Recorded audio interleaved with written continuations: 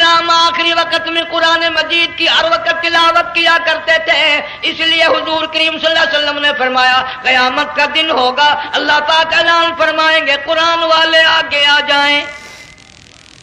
عرض کیا جائے گا قرآن والوں سے کون مراد ہے؟ حق تعالیٰ جل شانہ فرمائیں گے میں قرآن والا اس کو کہتا ہوں جو میرے قرآن سے عشق رکھتا تھا، پیار کرتا تھا، محبت کرتا تھا، اتنا پیار تھا آخری وقت تھا، ادھر موت کا جھٹکا لگا، ادھر میرا بندہ قرآن پڑھ رہا تھا، آج بھی اپنی قبر سے اٹھا، میرا قرآن پڑھتا ہوا اٹھا، تم میدان حشر کا چکر لگاؤ، آج بھی ان کے منہ سے کستوری کی خوشبو آ رہی ہے۔ معاذ بن جبل رضی اللہ تعالیٰ عنہ قرآن مجید کی تلاوت فرماتے فرماتے رونے لگ گئے۔ کسی صحابی نے کہہ دیا موت سے ڈر کے رو رہے ہو، موت سے ڈر گئے؟ فرمایا نہیں۔ پھر کیوں روئے؟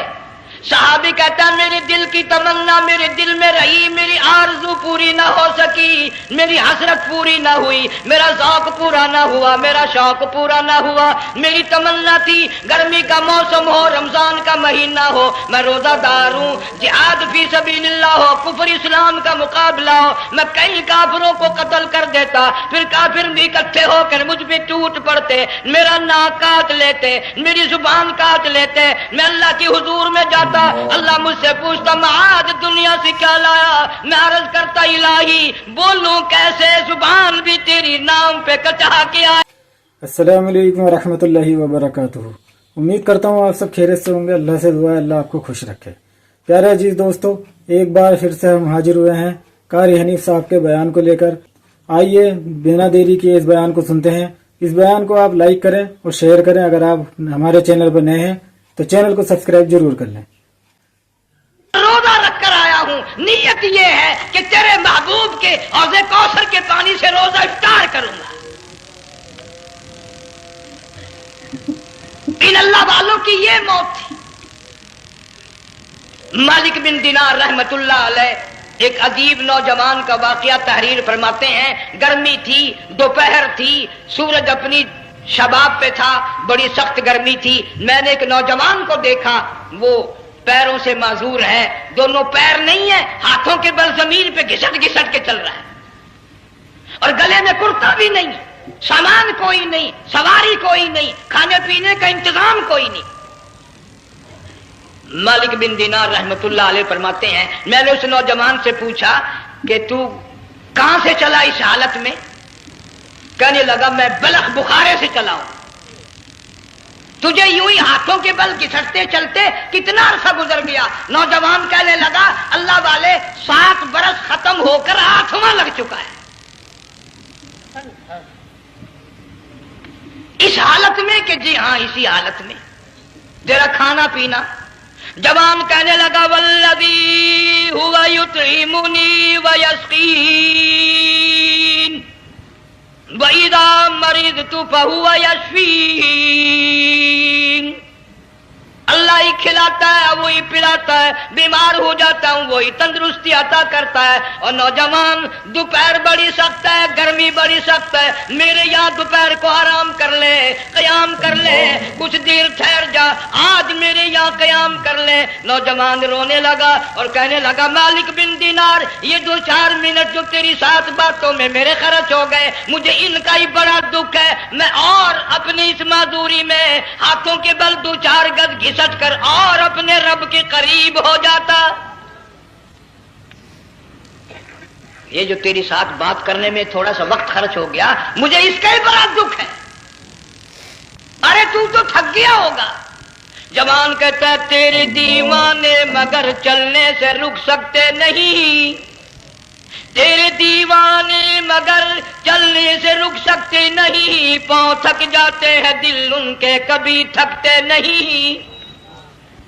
میرے سامنے تھکنے کا نام نہ لو، میرے دل میں عشق کی آگ جلی ہوئی ہے، سوز و گداز کا سمندر طوفان برپا کر رہا ہے، میں نہیں تھکنا جانتا، میرے یہاں نیند کا سوال نہیں، آرام کا سوال نہیں، میں تو گھسٹ گھسٹ کر رب کے دربار میں حاضر ہوا چاہتا ہوں۔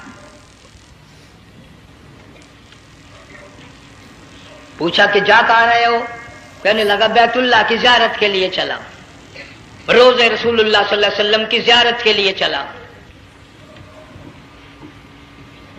کھانا پینا کچھ نہیں کہ نہیں، بس کہ منتظر ہوں اس گھڑی کا کہ کب وہ وقت آئے اور کم نہ جا کر یوں کہوں کہ اے مدینے کی مہاجر سبز گنبد کے مکی، اے مدینے کی مہاجر سبز گنبد کی مکی، عرش ہے تیرے قدم کے فیض سے یہ سرزمین۔ کب وہ وقت آئے، کب میں مدینے کی گلیوں کو دیکھوں، کب آب و ہوا کو دیکھوں، کب مدینے کی بہاروں کو دیکھوں، کب گنبد خضرا پہ میری نگاہ پڑے، میرے دل کی تسلی ہو جائے۔ عاشق لوگ یوں ہی کیا کرتے ہیں۔ دیہات کی ایک عورت آئی رسول اکرم صلی اللہ علیہ وسلم کی وفات شریف کے بعد اور آ کے کہنے لگی بہن عائشہ رضی اللہ تعالیٰ عنہا، میں نے سنا ہے سرکار کی وفات شریف ہو گئی، کیا کہاں دفن کیا کہ اس حجرے میں؟ کہنے لگی مجھے دروازہ کھول کر قبر کی زیارت تو کرا دے۔ عورت صاحب دیہات کی رہنے والی چوکھٹ پہ کھڑی ہو کے کہنے لگی آقا جب بھی آتی تھی زبان تیری ہوتی تھی، قرآن خدا کا سنتی تھی، مسائل پوچھتی تھی، زیارت کرتی تھی، اب یہ زندگی اچھی نہیں لگتی، میں تیرے قدموں میں مرنا چاہتی ہوں۔ علماء نے لکھا ہے ایک چیخ ماری چوکھٹ پہ گر کر جان دے دی۔ سبحان اللہ۔ مالک بن دینار رحمت اللہ علیہ فرماتے میں بھی اس سال حج کے لیے گیا، مینا میں میں نے دیکھا کہ بڑا مجمع لگا ہوا ہے ایک جگہ، تو میں بھی گیا کہ یہ لوگ کیوں اکٹھے ہیں۔ میں نے لوگوں میں سے جھانک کر دیکھا تو وہی نوجوان بیٹھا ہے جس کو میں نے دوپہر کے وقت دیکھا تھا، وہی حالت ہے، گلے میں کرتا نہیں، گٹھڑی نہیں، ٹھیلا نہیں، سامان نہیں، اور رو رو کے یوں کہتا مولا آج کسی نے دمبے کی قربانی دی، کسی نے بکری کی قربانی دی، کسی نے اونٹ کی قربانی دی، کسی نے گائے کی قربانی دی، میں فقیر ہوں، میں مسکین ہوں، میں بالکل مفلس اور نادار ہوں، میرے پاس تو یہ میری جان ہے، میں اس کی قربانی دیا چاہتا ہوں، قبول فرما۔ ہزاروں لاکھوں لوگوں کے سامنے ایک چیخ ماری اور مینا میں جان دے دی۔ اس حالت میں ان اللہ والوں کا آخری وقت آتا ہے۔ ایک ہم لوگ مرتے ہیں ایکسیڈنٹوں میں، سڑکوں پہ، ادھر موت کا جھٹکا لگ رہا، ادھر منہ میں کنجری کا گانا۔ ارشاد فرمایا مدنی کریم صلی اللہ تعالی علیہ وسلم نے سیاتی علی الناس زمان، او لوگوں میری امت میں ایک وقت ایسا آئے گا لوگ اتنے برباد ہو جائیں گے، صبح کو آدمی مومن مسلمان ہوگا، شام کو موت آئی تو جنازہ کافر کا اٹھ رہا ہوگا۔ گھروں میں، محلوں میں آج موت آتی ہے، کنجری کا گانا منہ میں ہوتا ہے، ادھر دم نکل رہا ہے، ادھر کنجری کا گانا کانوں میں آواز آ رہی ہے، میت کو غسل دیا جا رہا ہے، کنجری کی آواز آ رہی ہے، جنازہ اٹھا کر لے جا رہے ہیں، کنجری کی آواز آ رہی ہے، قبر میں میت اتاری جا رہی ہے، کنجری کی آواز آ رہی ہے، قبر پہ مٹی ڈالی جا رہی ہے، کنجری کی آواز آ رہی ہے۔ اس ماحول میں، اس معاشرے میں ہم کس طرح ایمان اور یقین اور ایمان ساتھ لے کر مریں گے؟ ہزاروں نہیں لاکھوں کو مرتے وقت کلمہ نصیب نہیں۔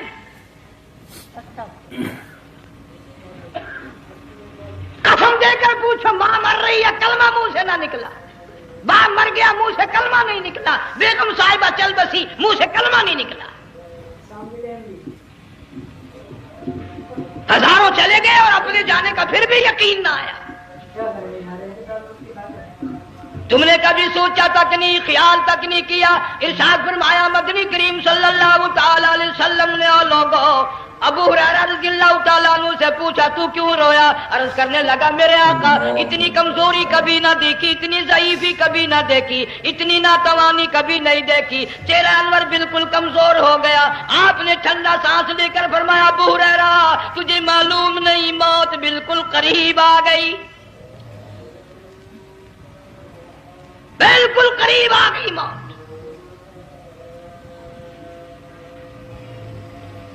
تیری ایک انگلی پکڑ کر اگر کوئی مروڑ دے کتنا دکھ ہوگا، درد ہوگا، ہائے ہائے ہائے۔ جنگ والوں کبھی تم نے سوچا نہیں 360 رگیں ٹوٹیں گی کیا حال بنے گا، اعضاء چھوٹیں گے، سر کے بالوں سے لے کر پیروں کے ناخنوں تک ہر جوڑ کو توڑ کے رکھ دیا جائے گا۔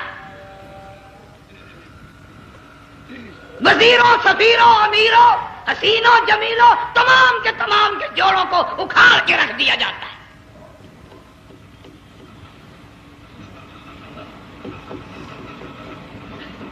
پروگرام تک نہیں مرد عورتوں کا کہ یہ دنیا کسی کی نہ بنی، قبر میں آخر جانا ہی جانا ہے۔ علماء کرام نے لکھا ہے کہ حضرت عیسیٰ علیہ السلام کے پاس لوگ آئے اور کہنے لگے نئی نئی قبروں سے مردے زندہ کر کے دکھاتے ہو، آؤ ہم ایک پرانی قبر پہ لے کے چلتے ہیں، مردہ زندہ کر کے دکھاؤ۔ عیسیٰ علیہ السلام تشریف لے گئے، فرمایا قم باذن اللہ، ایک نوجوان زندہ ہو کر قبر سے نکل کر سامنے آ کر کھڑا ہو گیا۔ عیسیٰ علیہ السلام نے پوچھا تو کون ہے؟ وہ کہنے لگا میرا نام سام ہے، میں حضرت نوح علیہ السلام کا بیٹا ہوں۔ تو پیغمبر کا دماغ تو پیغمبر کا ہوتا ہے نا۔ فرمایا تجھے تو بڑا عرصہ قبر میں گزر گیا، کتنے ہزار سال قبر میں گزر گئے؟ کہ جی ہاں۔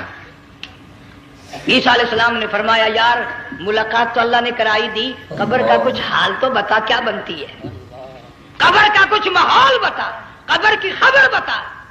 علماء کرام نے لکھا وہ نوجوان رونے لگا اور کہنے لگا عیسیٰ علیہ السلام تو قبر کی خبر پوچھتا ہے، قبر کا حال پوچھتا ہے، قبر کا ماحول پوچھتا ہے، قبر کا معاملہ مجھ سے پوچھتے ہو، آپ مجھ سے پہلے یوں کہ یہ کیوں نہیں پوچھتے کہ موت کا جھٹکا کتنا شدید ہے؟ نوجوان رو کے کہنے لگا عیسیٰ علیہ السلام کتنے ہزار سال میری موت کو گزر گئے، پر مالک کائنات کی قسم آج تک میرا منہ کڑوا ہے۔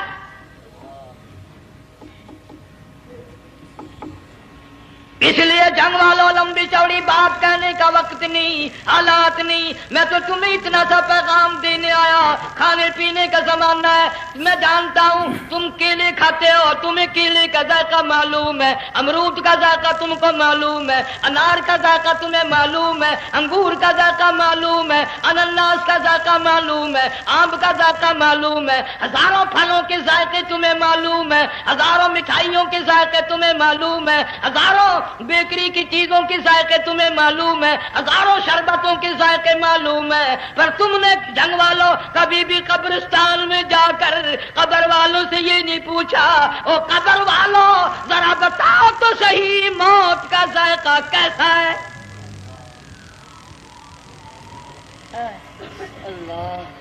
تم نے چکھا نہیں، جنہوں نے چکھا وہ بتانے نہ آئے کیسا ذائقہ ہے۔ اس لیے قرآن کہتا کلا اذا بلغت التراقی وقیل من راق وظن انہ الفراق والتفت الساق بالساق الى ربک یومئذ المساق۔ اللہ بادشاہ ہو، امیر ہو، وزیر ہو، فقیر ہو، غریب ہو، رگیں ٹوٹیں گی، موت آئے گی، اور جس کی آئی تمہیں معلوم نہیں کس طرح آئی، کس حال میں آئی۔ جن کے دلوں میں ان باتوں کا خیال آیا خدا کی قسم صحابہ کرام میں سے اتنے رویا کرتے تھے آنکھیں ختم ہو گئی۔ جناب فاروق اعظم رضی اللہ تعالیٰ عنہ کو کسی نے دیکھا رو رہے ہیں، بے تحاشا رو رہے ہیں، پوچھ لیا بڑا بہادر پلوان فاروق تجھے کیا ہوا، اتنا کیوں رویا؟ فرمانے لگے تمہیں معلوم نہیں قبر کا اندھیرا یاد آ گیا۔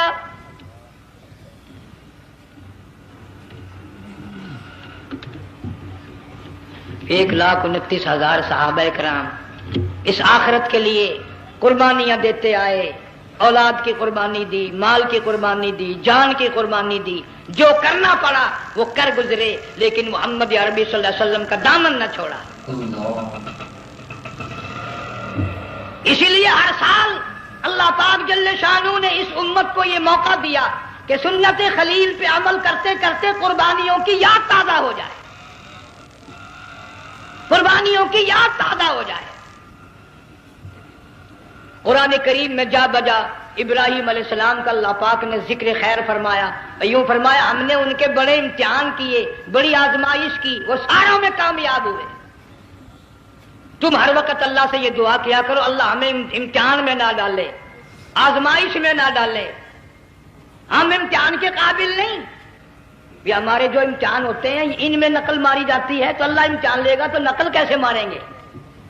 کیسے کام چلے گا؟ جناب ابراہیم علیہ السلام کو اللہ پاک نے ہزاروں امتحان میں مبتلا کیا، ہزاروں آزمائشیں کی، فَأَتَمَّهُنَّ، سب میں کامیاب گیا، سب میں پاس نکلا۔ ایک آزمائش ایسی بھی آئی، اللہ کی توحید کی وجہ سے، شرک کو مٹانے کی وجہ سے ابراہیم علیہ السلام کا سارا مصر فلسطین دشمن بن گیا، حضرت سارہ کو ساتھ لے کر چل دیے، ایک بیوی ساتھ ہے، اکیلا دم میں۔ یہاں تو لوگ محلوں میں شہروں میں کہتے ہیں جی میں اکیلا ہی ہوں، میں کیا کروں؟ اگر خلیل کہتا کہ میں اکیلا ہوں تو آج قرآن میں اس کا ذکر خیر کیسے ہوتا ہے؟ پرواہ نہ کی، وہ کہتا میرے لیے میرا اللہ کافی ہے۔ کون کہتا ہے میں اکیلا ہوں؟ میری ساتھ تو اللہ ہے۔ مصر سے گزرنے لگے، بادشاہ کے ملازموں نے بادشاہ کو جا کے بتایا بڑی خوبصورت عورت گزر رہی ہے تیرے حلقے سے، بہت بڑی خوبصورت عورت ہے۔ کہ ملازم پکڑ کے لے کے چلے تو عورت ذات حضرت سارہ رونے لگ گئی، خلیل میرا کیا بنے گا؟ پیغمبر کو اللہ کی ذات پر بڑا یقین ہوتا ہے، فرمایا پرواہ نہ کر، میری آبرو میرے مولا کی آبرو ہے، چاہے جہاں چلی جا میری عزت کی حفاظت میرا اللہ کرے گا۔ فرمایا واللہ خیر حافظا وہو ارحم الراحمین،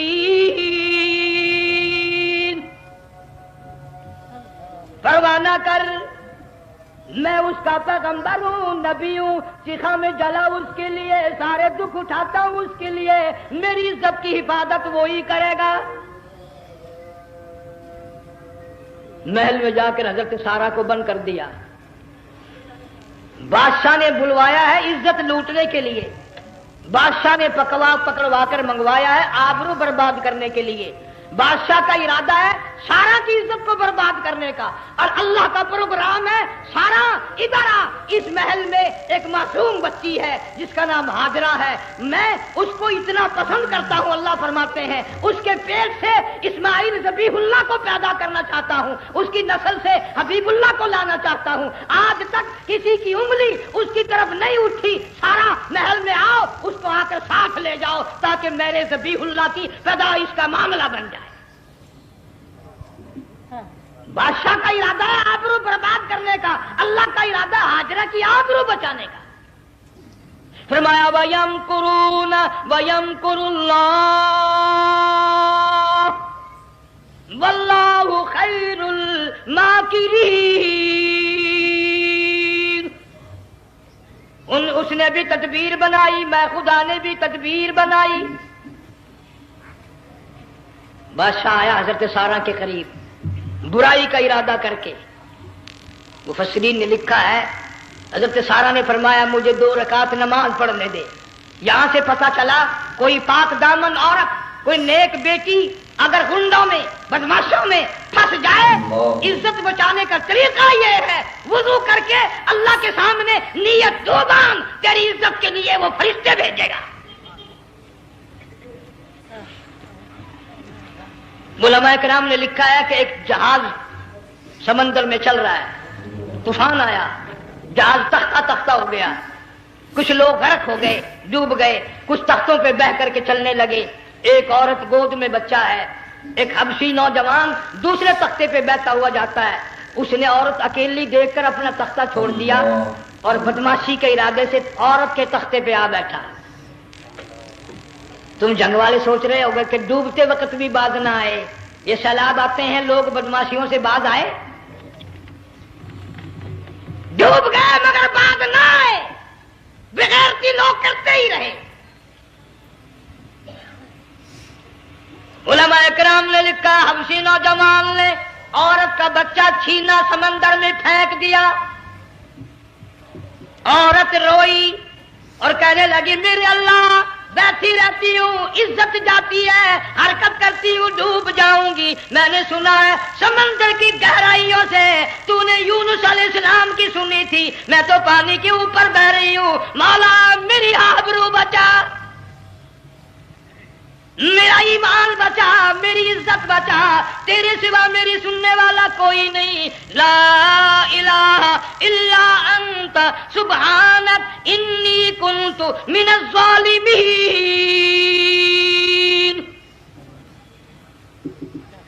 علماء نے لکھا ہے کہ ایک گردن سی نمودار ہوئی پانی میں سے اور حبشی نوجوان کو ایک ہی لقمہ بنا کر لے گئی۔ وہ تو ہر جگہ سنتا ہے، پکارنے والا بے بس بے کس ہو کر جب اس کو پکارتا ہے وہ ہر جگہ وہ انداز پہنچاتا ہے، وہ ہے جو موجود ہر جگہ۔ عورت بہتی بہتی کنارے جا لگی، ایک جہاز قریب آیا، دوپٹے کا اشارہ کر کے اس کو بلایا۔ جہاز میں جب سوار ہوئی تو دیکھتی کیا ہے، ایک نوجوان کی گود میں اس کا وہ بچہ جو سمندر میں پھینک دیا تھا بیٹھا ہوا کھیل رہا ہے۔ ٹوٹ پڑی، میرا بچہ ہے۔ لوگوں نے کہا تیرا کہاں سے آیا؟ ماجرا سنایا، اس طرح ہوا۔ جہاز کے کپتان نے کہا ہم جہاز لے کر آ رہے تھے، غیب سے آواز آئی جہاز ادھر کو لے آؤ ورنہ ڈبو دیے جاؤ گے۔ ہم جب جہاز وہاں لے کر پہنچے تو دیکھتے کیا ہے کہ ایک جانور کی پیٹھ پہ یہ بچہ بیٹھا ہوا کھیل رہا تھا۔ عزت بھی بچی، ایمان بھی بچا، بچہ بھی بچا، اور کوئی بچانے کے لیے تدبیر کرے جبھی نا۔ حضرت سارا نے نماز پڑھ کر بددعا کر دی، بادشاہ کے سارے بدن میں درد ہونے لگا۔ پیغمبر کا سارا گھر بڑا کریم ہوتا ہے، جب اس کو درد نے ستایا نا، کہنے لگا میں وعدہ کرتا ہوں تجھے کچھ نہیں کہوں گا، میرے لیے دعا کر دے۔ اب اگر کوئی جنگ کا ہوتا یا میں ہوتا کہتا دفع ہو، تیرے واسطے دعا کا دی۔ لیکن حضرت سارا نے پھر جولی پھیلا دی، مولا وعدہ کرتا ہے، بدماشی سے توبہ کرتا ہے، اس کو تندرستی عطا فرما دے۔ اللہ نے تندرستی عطا کر دی۔ وہ پھر کہنے لگا لو ایسی حسین عورت کب ہاتھ آئے گی، پھر برائی کے لیے تیار ہوگی۔ یہاں سے پتہ چلا کہ یہ جو گنڈے بدماش ہوتے ہیں ان کی قسم کا بھی کوئی یقین نہیں۔ اگلے دن ایک آدمی نے قسم کھائی تو اس کے خلاف کرنے لگا۔ لوگ کہنے لگے کہ تو نے قسم کھائی تھی، قرآن اٹھایا تھا، اب کیا تھی گیا بن ڈٹھی ہوئی مسجد سی، پاٹیا ہوا قرآن سی۔ اگر ڈٹھی ہوئی مسجد سی تو پاٹیا قرآن سی، قرآن کے لا پورا سی جڑا میں چاہیا، مگر اسے یہ معلوم نہیں کہ تو نے تو پاڑیا قرآن اٹھایا، ڈٹھی ہوئی مسجد میں اٹھایا۔ خدا کا جب غضب آئے گا تو وہ ادھورا نہیں آئے گا، وہ ادھورا نہیں آیا کرتا۔ 3 مرتبہ اس بادشاہ نے حضرت سارا کے ساتھ ایسا کرنے کا ارادہ کیا، پھر دعا ہوئی، پھر بد دعا ہوئی، پھر دعا ہوئی، پھر بد دعا ہوئی۔ آخر کار کہنے لگا اپنے ملازموں کو کہ ہوئے بدماش ہو، عورت کے روپ میں کسی بلا کو پکڑ کے لائے ہو، کسی جن بھوت کو لے آئے ہو۔ اور کہنے لگا تو چلی میرے محل سے جلدی چلی جا۔ اور جاتی جاتی وہ کہا کہ یہ تیری خدمت کیا کرے گی، یہ بچی میرے محل میں ہے، اس کو ساتھ لے جا۔ حضرت سارا کو ہاجرہ کو ساتھ کر دیا، سیانی ہو گئی، حضرت ابراہیم علیہ السلام سے نکاح کر دیا، اسماعیل علیہ السلام پیدا ہو گئے۔ اللہ میاں جب حضرت ابراہیم علیہ السلام چومتے ہیں، چاٹتے ہیں، ماتھے پہ بوسے دیتے ہیں، اٹھاتے ہیں، پیغمبر کا بیٹا، خود بھی نبی اور آل میں آنے والا نبی، کالی کملی والا صلی اللہ علیہ وسلم، کتنا حسین چہرہ ہوگا۔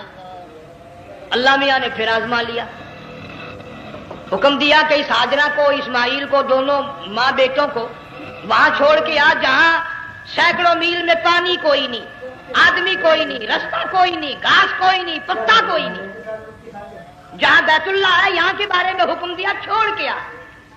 اور اگر آپ کو نیند نہیں آئی تو مزہ آئے گا، اللہ نے یہ فرما دیا، بتانا نہیں ہے کہ میں نے حکم دیا ہے۔ خدا حافظ نبی نہیں کہتا اپنی بیوی کو۔ آج لوگ ہر بات میں کہہ دیتے ہیں ہمارے پیروں کو پتا کل کو کیا ہوگا، ہمارے فقیروں کو پتا ہے پرسوں کیا ہوگا۔ وہ بڑی مدت کی بات ہے، یہی موسم تھا، چماسا گرمی تھی، انارکلی لاہور سے ہم کئی ساتھی گزر رہے تھے، فٹ پاتھ پہ بیٹھا ہے ایک ملنگ، چاروں طرف لوگ کھڑے، بڑا مجمع، کافی دنوں کی تو بات ہو گئی، ہاتھوں کی لکیر دیکھ کر لوگوں کی تقدیر بتا رہا تھا۔ کسی کو کہتا تھا تجھے بڑی اونچی پوسٹ ملے گی، کسی کو کہتا تھا تیری شادی بڑی فرسٹ کلاس لیڈی سے ہوگی۔ وہ بابو تو کوڈا ہی ہو جاتا تھا، لیڈیوں پہ بڑے مرائے یہ لیڈے، کوئی کام نہیں، رات دن بس لیڈیوں کے پیچھے ہی پھرنا ہے۔ میں نے اپنے ساتھیوں سے کہا، میں نے کہا میں بھی تقدیر پوچھتا ہوں اپنی، کہنے لگے شرارت ہو جائے، یہ منع کر لے، ساری دنیا پر ہاتھ دکھا رہی ہے، کوئی شرارت نہیں، میرے ہاتھ میں شرارت ہے۔ 1 روپیہ لے رہا تھا وہ، میں بھی لوگوں میں گھساتا، بھیڑ میں سے اوپر نیچے ہی ہوتا میں بھی پہنچ گیا، اور دونوں گھٹنے میں نے زمین پہ رکھ دیا، روپیہ ہاتھ میں نے اس کے لے کر کہا، میں کہ ملنگ جی اگر اب دیکھا میری شادی ہو جائے گی کہ نہیں؟ اب اس نے دیکھ کے میری طرف کہنے لگا، اس نے سوچا کہ یہاں اچھے بھلے کو نہیں ملتی پاکستان میں، اسے کون دے گا؟ اچھی طرح میرا ہاتھ دیکھا بھی نہیں، جھٹک کے کہنے لگا نہیں تیری شادی نہیں ہونی ہے۔ میں کیا کھوتے تیرے باپ کے 8 بچے کھیل رہے ہیں۔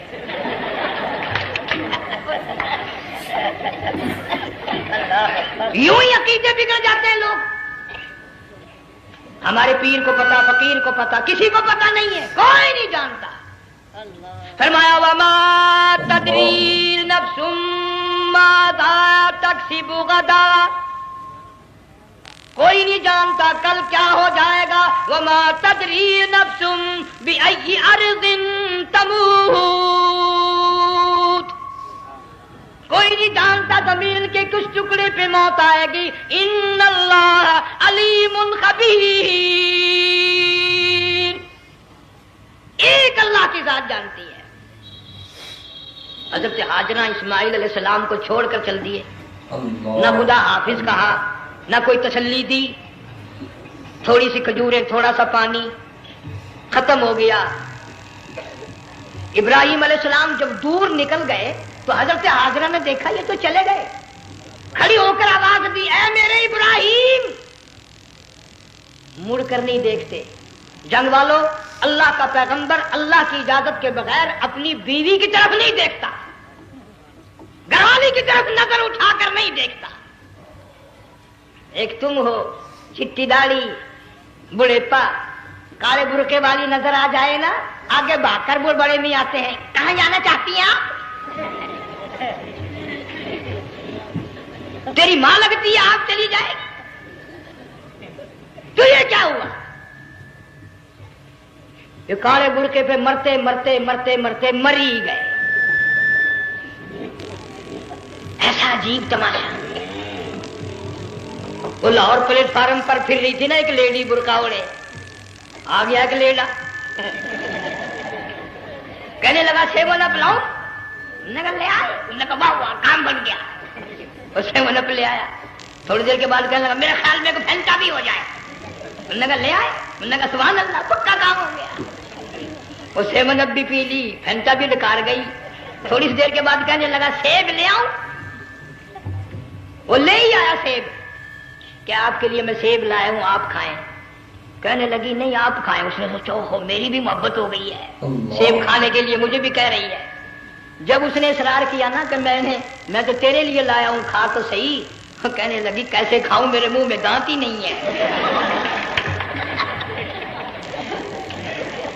اب پتا چلا اسے کہ صبح سے میں تو پرانے پپی کے پیچھے پھر رہا تھا۔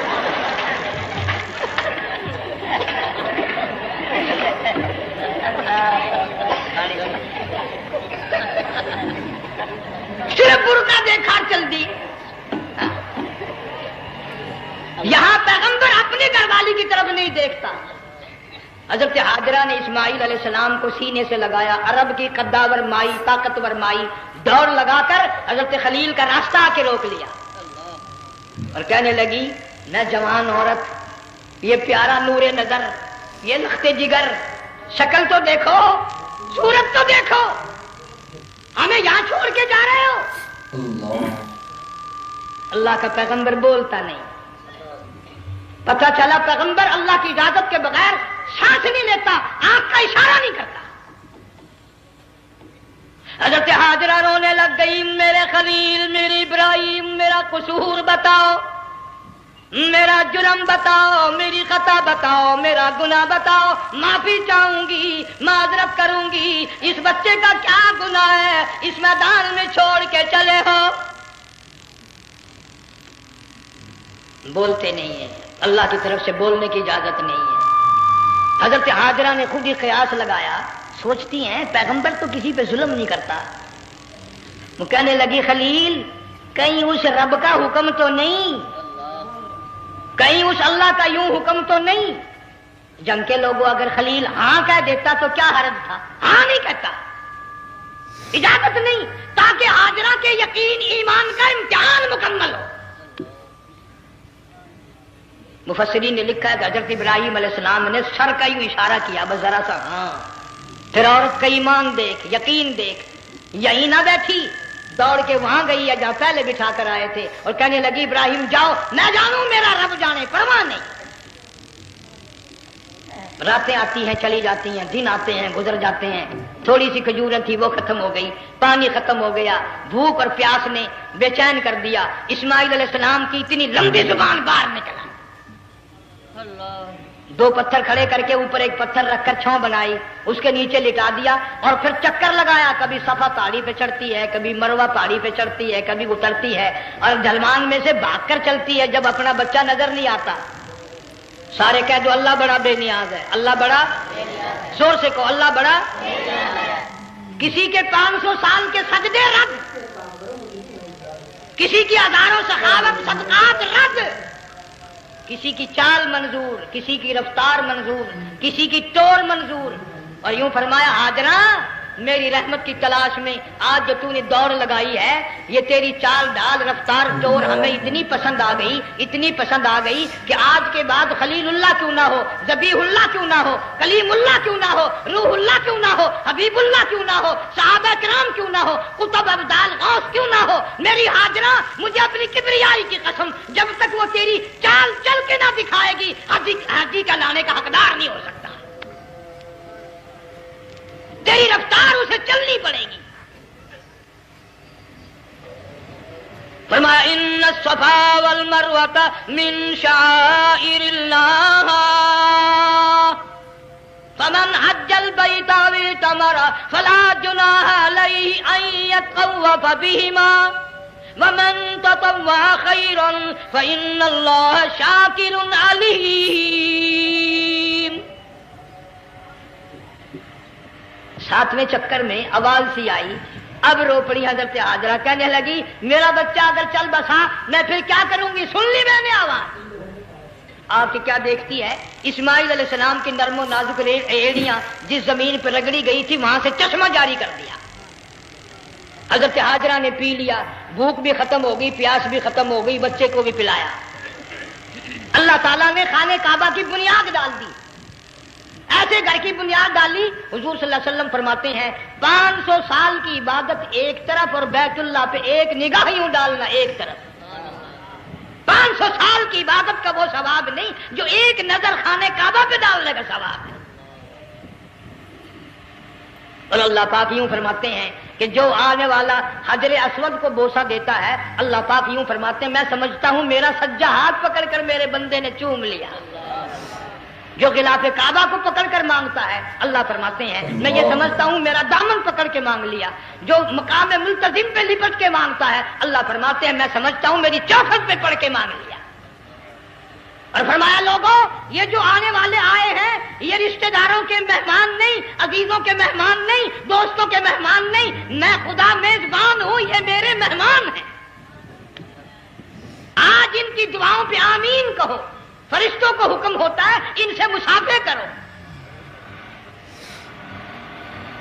مگر اللہ تعالیٰ سب کو توفیق دے کہ حج مکمل کر کے آئیں۔